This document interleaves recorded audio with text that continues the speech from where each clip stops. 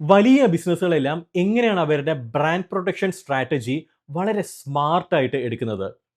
നിങ്ങൾക്കും അത്തരത്തിൽ ഒരു വലിയ ബിസിനസ് ബിൽഡ് ചെയ്യാനായിട്ടുള്ള പദ്ധതി ഉണ്ട് എങ്കിൽ, ധാരാളം ബ്രാഞ്ചസ് ഉള്ള, ധാരാളം ഡിപ്പാർട്ട്മെന്റ് ഉള്ള, ധാരാളം പ്രോഡക്റ്റ് ലൈൻ ഉള്ള ഒരു ലാർജ് സ്കെയിൽ ബിസിനസ്സാണ് നിങ്ങളുടെ മനസ്സിൽ നിന്നുണ്ടെങ്കിൽ, അതിനുള്ള പദ്ധതിയിലാണ് നിങ്ങൾ എന്നുണ്ടെങ്കിൽ, നിർബന്ധമായിട്ടും ഓൾറെഡി എസ്റ്റാബ്ലിഷ്ഡ് ആയിട്ടുള്ള ഇത്തരം ബിസിനസ്സുകൾ ചെയ്യുന്ന ബ്രാൻഡ് പ്രൊട്ടക്ഷൻ സ്ട്രാറ്റജീസ് നിങ്ങളും ചെയ്യാനായിട്ട് നോക്കുക. ഈവൻ ചെറിയ രീതിയിലുള്ള ഒരു ബിസിനസ് ആണെന്നുണ്ടെങ്കിൽ പോലും ഇതിലെ കുറച്ച് കാര്യങ്ങളെങ്കിലും നിങ്ങൾ ഇംപ്ലിമെന്റ് ചെയ്യാനായിട്ട് ശ്രമിക്കുക.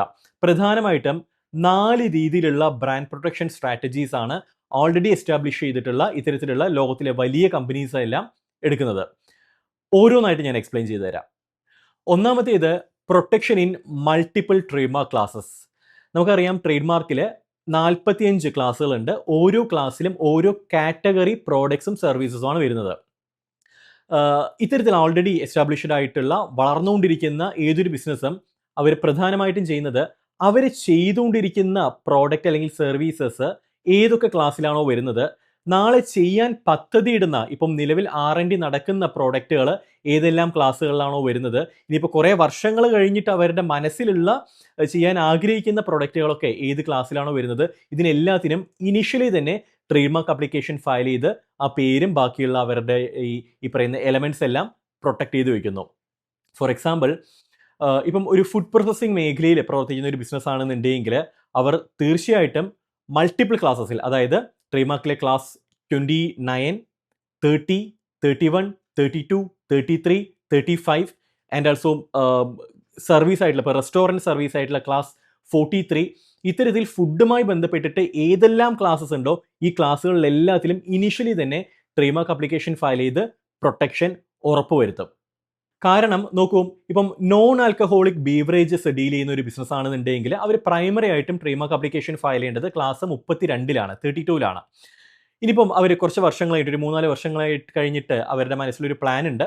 അതായത് ഡയറി പ്രൊഡക്ട്സ് കൂടി, ഇപ്പം മിൽക്കുമായി ബന്ധപ്പെട്ടിട്ടുള്ള ഷെയ്ക്സും അങ്ങനത്തെ കാര്യങ്ങളെല്ലാം അവർക്ക് ഇതേ പേരിൽ ഇറക്കണം എന്നുള്ള ഒരു പദ്ധതി ഉണ്ടെന്നുണ്ടെങ്കിൽ അവർ ഇന്ന് തന്നെ ക്ലാസ് 29 കൂടി ട്രേഡ് മാർക്ക് ആപ്ലിക്കേഷൻ ഫയൽ ചെയ്യും. ഇനിയിപ്പം ഈ ആൽക്കഹോളിക് ബീവറേജസ് ഒക്കെ ആണെന്നുണ്ടെങ്കിൽ അതിനൊരു പദ്ധതി ഉണ്ടെങ്കിൽ അവർ class 33 trade mark application file ചെയ്യും. ഇനിയിപ്പോൾ കുക്കീസ് അല്ലാന്നുണ്ടെങ്കിൽ ചോക്ലേറ്റ്സ്, ഇത്തരം പ്രൊഡക്ട്സ് ആണെന്നുണ്ടെങ്കിൽ അവർ ക്ലാസ് 30 ആപ്ലിക്കേഷൻ ഫയൽ ചെയ്യും. ഇത് പിന്നീട് ചെയ്യാമെന്ന് പറഞ്ഞ് മാറ്റി വെച്ച് കഴിഞ്ഞാൽ ഒരുപക്ഷെ ആ സമയത്ത് ഈ പറയുന്ന പേര് അവൈലബിൾ ആവണമെന്നില്ല. അതിന് മുൻപ് തന്നെ ആരെങ്കിലും ഇതേ പേരിൽ ഒരു ബ്രാൻഡ് ആരംഭിച്ചിട്ട് ഇവരുടെ ഈ ഒരു റെപ്യൂട്ടേഷൻ ഈ പറയുന്ന ബ്രാൻഡ് യൂസ് ചെയ്യാനായിട്ടുള്ള സാധ്യതയുണ്ടാകും. അതുകൊണ്ട് തന്നെ ആ റിസ്ക് ഒഴിവാക്കാനായിട്ട് as early as possible maximum ക്ലാസ്സുകളിൽ ആ പറയുന്ന പേര് ട്രേഡ് മാർക്ക് ആപ്ലിക്കേഷൻ ഫയൽ ചെയ്യുന്നു. ഇത് ഏറ്റവും ഇമ്പോർട്ടൻ്റ് ആയിട്ടുള്ള ഒരു സ്ട്രാറ്റജിയാണ്.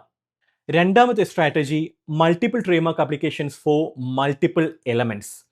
അതായത് ഈ ട്രേഡ് മാർക്ക് ആപ്ലിക്കേഷൻ ഫയൽ ചെയ്യുന്നത് പേരിന് മാത്രമല്ല, ഗ്രാഫിക്കലി റെപ്രസെൻറ്റ് ചെയ്യാൻ കഴിയുന്ന, വിഷ്വലി കാണാൻ കഴിയുന്ന എല്ലാ അസറ്റ്സിനും നമുക്ക് ട്രേഡ് മാർക്ക് ആപ്ലിക്കേഷൻ ഫയൽ ചെയ്യാനായിട്ട് കഴിയും. ഫോർ എക്സാമ്പിൾ, പേര്, ലോഗോ, കളറുള്ള ലോഗോ, കളർ ഇല്ലാത്ത logo, tag line, package design, വേറെ എന്തെങ്കിലും ഐക്കൺസ് ഉണ്ടെങ്കിൽ ആ ഐക്കൺസ്, ഇത്തരത്തിൽ ഈവൻ ജിംഗിൾസ്, എന്തെങ്കിലും മ്യൂസിക് ഉണ്ടെങ്കിൽ അത്, ഇതിനെല്ലാത്തിനും നമുക്ക് ട്രേഡ് മാർക്ക് ആപ്ലിക്കേഷൻ ഫയൽ ചെയ്യാനായിട്ട് കഴിയും. അപ്പം ഇത്തരത്തിലുള്ള കമ്പനീസ് ഒരു പാക്കേജ് ഡിസൈൻ പുതുതായിട്ട് അവർ ഇറക്കി കഴിഞ്ഞാൽ അത് immediately trade mark application file ചെയ്യുന്നു. ഒരുപക്ഷെ അവർക്കൊരു 50 പ്രൊഡക്ട്സ് ഉണ്ടെങ്കിൽ 50 പ്രൊഡക്ട്സിനും 50 ഈ പാക്കേജ് ഡിസൈൻസ് ഉണ്ടെന്നുണ്ടെങ്കിൽ 50 ട്രേഡ് മാർക്ക് ആപ്ലിക്കേഷൻ അവർ ഫയൽ ചെയ്യും. അവർ ലോഗോയ്ക്ക് സെപ്പറേറ്റ് ആയിട്ട് ഫയൽ ചെയ്യും. ലോഗോ സെപ്പറേറ്റ് ആയിട്ടുള്ള അവർക്ക് പല പല ഡിസൈൻസ് ഉള്ള ലോഗോസ് ഉണ്ടെന്നുണ്ടെങ്കിൽ അതിന് സെപ്പറേറ്റ് അവർ ട്രേഡ് മാർക്ക് ആപ്ലിക്കേഷൻ ഫയൽ ചെയ്യും. ടാഗ് ലൈൻ ഉണ്ടെങ്കിൽ ആ ടാഗ് ലൈൻ മാത്രം അവർ ട്രേഡ് മാർക്ക് ആപ്ലിക്കേഷൻ ഫയൽ ചെയ്യും. ഇനി പേരും ടാഗ് ലൈനും കൂടി ഒരുമിച്ചിട്ട് അവർ ട്രേഡ് മാർക്ക് ആപ്ലിക്കേഷൻ ഫയൽ ചെയ്യും. ആൻഡ് പേരുണ്ടെങ്കിൽ ആ പേരിനോടൊപ്പം എക്സ്റ്റൻഷൻ ആയിട്ട് എന്തെങ്കിലുമൊക്കെ പേരുകൾ അഡീഷണൽ ആയിട്ട് വരികയാണെന്നുണ്ടെങ്കിൽ അതിനെല്ലാത്തിനും അവർ ട്രേഡ് മാർക്ക് ആപ്ലിക്കേഷൻ ഫയൽ ചെയ്യും. ഇത്തരത്തിൽ മൾട്ടിപ്പിൾ ആപ്ലിക്കേഷൻസ് ഓരോ എലമെന്റ്സിനും സെപ്പറേറ്റ് ആയിട്ട് ഫയൽ ചെയ്യുന്ന സ്ട്രാറ്റജിയും ഇത്തരം സ്ഥാപനങ്ങൾ എടുക്കാറുണ്ട്. കാരണം അവരൊരിക്കലും അവരുടെ ബ്രാൻഡ് അസറ്റ്സിൻ്റെ മേലെ റിസ്ക് എടുക്കാൻ ആഗ്രഹിക്കുന്നില്ല. കാരണം ഇന്ത്യ പോലെ ഒരു രാജ്യത്ത്, ഇത്രത്തോളം കൺസ്യൂമേഴ്സ്, ഇത്രത്തോളം പോപ്പുലേഷൻ ഉള്ള ഒരു രാജ്യത്ത് തീർച്ചയായിട്ടും ഫേക്ക് ബ്രാൻഡുകൾ ഇറങ്ങാനായിട്ടുള്ള സാധ്യത വളരെ കൂടുതലാണ്. ഇത്തരത്തിൽ ഫേക്ക് ബ്രാൻഡുകൾ ഇറങ്ങിക്കഴിഞ്ഞാൽ ഇത്തരത്തിൽ ഫേക്ക് ഇറക്കുന്നവർ കൂടുതലായിട്ട് ഫോക്കസ് ചെയ്യുന്നത് ഇതിൻ്റെ ഒരു ഓവറോൾ വിഷ്വൽ അപ്പിയറൻസ് ആയിരിക്കും. ഇപ്പം ഒരു കാഡ്ബറീസിൻ്റെ ഒരു ചോക്ലേറ്റ് ആണെന്നുണ്ടെങ്കിൽ ഒരുപക്ഷെ കാഡ്ബറീസ് എന്നായിരിക്കത്തില്ല പേര്, മറ്റേതെങ്കിലും പേരായിരിക്കും, പക്ഷെ അതിൻ്റെ ഒരു വിഷ്വൽ അപ്പിയറൻസ് ഓൾമോസ്റ്റ് കാഡ്ബറീസിൻ്റെ പോലെ ആയിരിക്കും ഉണ്ടാകുന്നത്. സ്വാഭാവികമായിട്ടും ആൾക്കാർ ഈ പറയുന്ന പേര് നോക്കിയിട്ടല്ല വാങ്ങുന്നത്. ഇതിൻ്റെ ഒരു വിഷ്വൽ അപ്പിയറൻസ് കാഡ്ബറീസ് പോലെ ഉണ്ടെങ്കിൽ കാഡ്ബറീസ് ആണെന്ന് തെറ്റിദ്ധരിച്ചിട്ട് ആ പ്രൊഡക്റ്റ് എടുക്കും. നമ്മളിപ്പോൾ റെയിൽവേ സ്റ്റേഷനിലൊക്കെ പോകുന്ന സമയത്ത് 7up ആണെന്ന് വിചാരിച്ചിട്ട് നമ്മൾ ചില ഡ്രിങ്ക്സ് എടുക്കാറുണ്ട്. പക്ഷേ എടുത്ത് നോക്കുന്ന സമയത്താണ് 7up എല്ലാം തിരിച്ചറിയുന്നത്. ഇത്തരത്തിൽ കൗണ്ടർഫീറ്റ് ബ്രാൻഡ്സ് അല്ലെന്നുണ്ടെങ്കിൽ ഫേക്ക് ബ്രാൻഡ്സ്, ആൾക്കാരെ പറ്റിക്കുന്ന ബ്രാൻഡ്സ് ഇറങ്ങാനായിട്ടുള്ള സാധ്യത ഇന്ത്യയിൽ വളരെ കൂടുതലാണ്. അതുകൊണ്ട് തന്നെ ഇത്തരത്തിലുള്ള വലിയ കമ്പനീസ് എല്ലാവരും ഓരോ അവരുടെ എലമെന്റ്സിന് separate trade mark registration file ചെയ്ത് ദെൻ ഇത്തരത്തിൽ എന്തെങ്കിലും ഒരു ഇൻഫ്രിഞ്ച്മെന്റ് കേസ് ഉണ്ടായി കഴിഞ്ഞാൽ ഇത് വെച്ചുകൊണ്ട് അവർ സ്ട്രോങ് ആയിട്ട് ലീഗലി മൂവ് ചെയ്യും. അതുകൊണ്ട് നിങ്ങൾക്കും ഇഫ് പോസിബിൾ ഇത്തരത്തിലുള്ള ഓരോ എലമെന്റ്സിന് സെപ്പറേറ്റ് ആയിട്ടുള്ള ട്രേഡ് മാർക്ക് അപ്ലിക്കേഷൻ ഫയൽ ചെയ്യുക. മൂന്നാമത്തെ strategy, conducting well versed risk assessment. Risk assessment വളരെ ഇമ്പോർട്ടൻ്റ് ആണ് ട്രേഡ് മാർക്കിൽ. പലപ്പോഴും ചിലരെങ്കിലും നമ്മൾ ട്രേഡ് മാർക്കിന് വേണ്ടി സമീപിക്കുന്ന സമയത്ത് പറയാറുണ്ട്, പേര് ഞാൻ സെർച്ച് ചെയ്തിരുന്നു, പേര് ഓക്കെയാണ്, വേറൊന്നും സിമിലർ നെയിംസ് ഒന്നും കണ്ടില്ല, അപ്പോൾ ഇത് വെച്ചിട്ട് പ്രൊസീഡ് ചെയ്യാം. പക്ഷേ നമ്മളും ഇന്റേണലി ബ്രാൻഡ് റിസ്ക് അസസ്മെന്റ് നമ്മൾ ചെയ്യാറുണ്ട്. അതിൽ ചെയ്യുന്ന സമയത്ത് ഓൾറെഡി ഈ പേരുമായി ബന്ധപ്പെട്ടുള്ള അസോസിയേറ്റ് ചെയ്യുന്ന ഏതെങ്കിലും പേരുകൾ ഓൾറെഡി രജിസ്റ്റേർഡ് ആയിരിക്കും. ഈ പേര് അപ്ലൈ ചെയ്ത് കഴിഞ്ഞാൽ കിട്ടാനായിട്ടുള്ള പോസിബിലിറ്റി വളരെ കുറവായിരിക്കും. അപ്പോഴായിരിക്കും അവരും റിയലൈസ് ചെയ്യുന്നത്, ഇങ്ങനെയൊന്നും ഞാൻ കണ്ടില്ലല്ലോ എന്ന്. എപ്പോഴും ഇത്തരത്തിൽ റിസ്ക് അസസ്മെന്റ് ചെയ്യുന്നത് എക്സ്പേർട്സ് ആയിരിക്കണം. ഈ ട്രേഡ് മാർക്ക് പബ്ലിക് സെർച്ചിനകത്ത് കയറിയിട്ട് ഒന്ന് ബേസിക്കായിട്ട് സെർച്ച് ചെയ്ത് കഴിഞ്ഞാൽ ഒരുപക്ഷെ നിങ്ങൾക്കത് റിസംബ്ലൻസ് വരുന്ന പേരുകൾ കാണാൻ കഴിഞ്ഞൊന്നും വരത്തില്ല. ഇപ്പോഴത്തെ ഒരു അൽഗോരിതം അങ്ങനെയാണ് അതിനകത്ത്. സോ അത് പല സ്ട്രാറ്റജീസും ഉപയോഗിച്ചുകൊണ്ട് നമ്മൾ ചെക്ക് ചെയ്യേണ്ടതായിട്ട് വരും. അത് ഈ മേഖലയിൽ പ്രവർത്തിക്കുന്ന, ഈ മേഖലയിൽ വളരെ ഡീപ്പായിട്ട് ഇൻവോൾവ് ചെയ്യുന്ന കൺസൾട്ടിങ് ടീംസിന് മാത്രമേ അത് കൃത്യമായിട്ടും കുറച്ചെങ്കിലും കൃത്യതയോട് കൂടിയിട്ട് ഐഡൻറ്റിഫൈ ചെയ്യാനായിട്ട്, റെക്കഗ്നൈസ് ചെയ്യാനായിട്ട് കഴിയത്തുള്ളൂ. ഇത്തരത്തിൽ ഒരു റിസ്ക് അസസ്മെൻറ്റ് ചെയ്തുകൊണ്ട്, കാരണം ലക്ഷങ്ങളായിരിക്കും അല്ലെങ്കിൽ കോടികളായിരിക്കും ഒരു ബിസിനസ്സിന് വേണ്ടിയിട്ട് ഇനിഷ്യലി പല ബിസിനസ്സുകാരും മുടക്കുന്നത്. അത് നാളെ പ്രശ്നത്തിലേക്ക് വീഴരുത്. കാരണം ഇന്ന് ഈ ബ്രാൻഡ് ഓക്കെ ആണെന്ന് വിചാരിച്ചിട്ട് അപ്ലൈ ചെയ്യുന്നു, ദെൻ ഇത് വെച്ചുകൊണ്ടുള്ള ബാക്കിയുള്ള കാര്യങ്ങളെല്ലാം ക്രിയേറ്റ് ചെയ്യുന്നു, വലിയ രീതിയിൽ പ്രൊമോഷൻസ് ചെയ്യുന്നു, പിന്നെ ഒരു സമയത്താണ് മനസ്സിലാക്കുന്നത് ഈ പേര് കിട്ടത്തില്ല എന്നുള്ളത്. എന്ത് ചെയ്യാനായിട്ട് സാധിക്കും?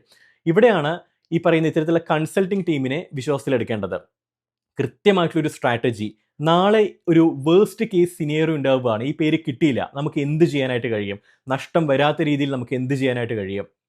ഇത് പ്ലാൻ ചെയ്യണം. അതിന് ഡെഫിനറ്റ്ലി മികച്ച എക്സ്പീരിയൻസ്ഡ് ആയിട്ടുള്ള കൺസൾട്ടിങ് ടീമിനെ, ട്രേഡ് മാർക്ക് ഏജൻസിനെ തന്നെ സമീപിക്കണം.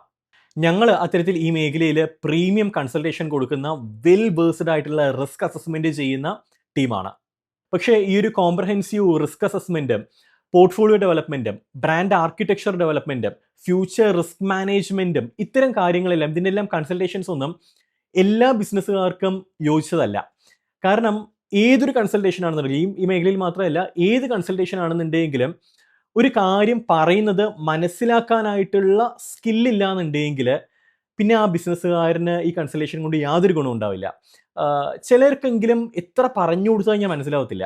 അവരെത്ര പറഞ്ഞു കഴിഞ്ഞാലും അവർക്ക് എന്താ സംഭവിക്കും എന്നുള്ളത് അവർക്ക് അറിയത്തില്ല. അത് എത്ര വളരെ ലളിതമായിട്ട് പറഞ്ഞു കൊടുത്തു കഴിഞ്ഞാൽ പോലും. ചിലരൊക്കെ ആണെന്നുണ്ടെങ്കിൽ അതൊരു ജോബ് വർക്ക് പോലെ കാണും. നമ്മൾ കൺസൾട്ടേഷൻ ഒരു ജോബ് വർക്ക് പോലെ, നമ്മൾ കാശ് കൊടുക്കുന്നു, അവരതിനുള്ള പണിയെടുത്ത് തരണം, ഈ രീതിയിൽ കാണാം. സോ ഇത്തരത്തിലുള്ള ഓൺടർപ്രണേഴ്സിന്, ഇത്തരത്തിലുള്ള ബിസിനസ്സുകാർക്ക് ഒരിക്കലും കൺസൾട്ടേഷൻ യോജിച്ച കാര്യമേ അല്ല, അവർക്കുള്ളതല്ല ഈ ഒരു വീഡിയോസ്. മൂന്നാമത്തെ സ്ട്രാറ്റജി, ദേ മോണിറ്റർ സിമിലർ ബ്രാൻഡ്സ്. വളരെ ഇമ്പോർട്ടൻ്റ് ആണ്. ട്രേഡ് മാർക്ക് രജിസ്ട്രേഷൻ എടുത്തു വെച്ചതുകൊണ്ട് മാത്രം കാര്യമില്ല, പ്രോപ്പറായിട്ട് മോണിറ്റർ ചെയ്യണം. അതായത് സിമിലർ നെയിംസ് ആരെങ്കിലും മാർക്കറ്റിൽ യൂസ് ചെയ്യുന്നുണ്ടോ, റെഗുലറായിട്ട് മോണിറ്റർ ചെയ്യണം. റെഗുലറായിട്ട് മോണിറ്റർ ഇതിന് ട്രേഡ് മാർക്ക് വാച്ച് സർവീസ് എന്ന് പറയും. ജേർണലിൽ കൃത്യമായിട്ട് നോക്കണം. ആൻഡ് ഇത്തരത്തിൽ ആരെങ്കിലും യൂസ് ചെയ്യുകയാണെന്നുണ്ടെങ്കിൽ പ്രോപ്പർ സമയത്ത് അവർക്ക് നോട്ടീസ് അയക്കണം, ലീഗൽ നോട്ടീസ് അയക്കണം. ആൻഡ് ഓൾസോ കൃത്യസമയത്ത് ഒപ്പോസിഷൻ ഫയൽ ചെയ്യണം, കൃത്യസമയത്ത് അതിനുള്ള എവിഡൻസുകൾ ഫയൽ ചെയ്യണം.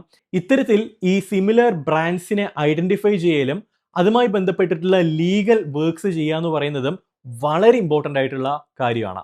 ഇത് പലരും മിസ് ചെയ്യുന്ന ഒരു കാര്യമാണ്. ഈവൻ റീസെൻ്റ്ലി സംഭവിച്ചിട്ടുള്ള മിൽമയുടെ കേസ് ഉണ്ടല്ലോ, മിൽന കോൺഫ്ലിക്റ്റ്. അതിൽ പോലും ഈ മിൽന എന്ന് പറയുന്ന ബ്രാൻഡിന് ട്രേഡ് മാർക്ക് രജിസ്ട്രേഷൻ കിട്ടി. പക്ഷെ കിട്ടാൻ കാരണം മിൽമ എന്ന് പറയുന്ന ബ്രാൻഡ് പ്രോപ്പറായിട്ട് ഇത് നോട്ടീസ് ചെയ്തില്ല, ഈ വാച്ച് സർവീസ് പ്രോപ്പറായിട്ട് ചെയ്തില്ല എന്നുള്ളതാണ്. കൃത്യമായിട്ട് ചെയ്തിരുന്നു എന്നുണ്ടെങ്കിൽ അവർക്ക് ട്രേഡ് മാർക്ക് രജിസ്ട്രേഷൻ കിട്ടുമായിരുന്നില്ല. ഈവൻ അപ്ലിക്കേഷൻ മൂവ് ചെയ്യുന്ന സമയത്ത് തന്നെ അവർക്ക് അത് അഡ്വർട്ടൈസ് ചെയ്യുന്ന സമയത്ത് തന്നെ അവർക്ക് ഒപ്പോസ് ചെയ്തിട്ട് ഇത് മീൻസ് ആപ്ലിക്കേഷൻ തന്നെ അവർക്ക് ക്യാൻസൽ ചെയ്യാനായിട്ട് കഴിയുമായിരുന്നു. ഈ ട്രേഡ് മാർക്ക് വാച്ച് സർവീസും ഞങ്ങൾ പ്രൊവൈഡ് ചെയ്യുന്ന ഒരു സർവീസാണ് IP മാസ്റ്റർ ബ്രാൻഡ് ഷീൽഡ് എന്ന് പറയുന്ന പേരിൽ.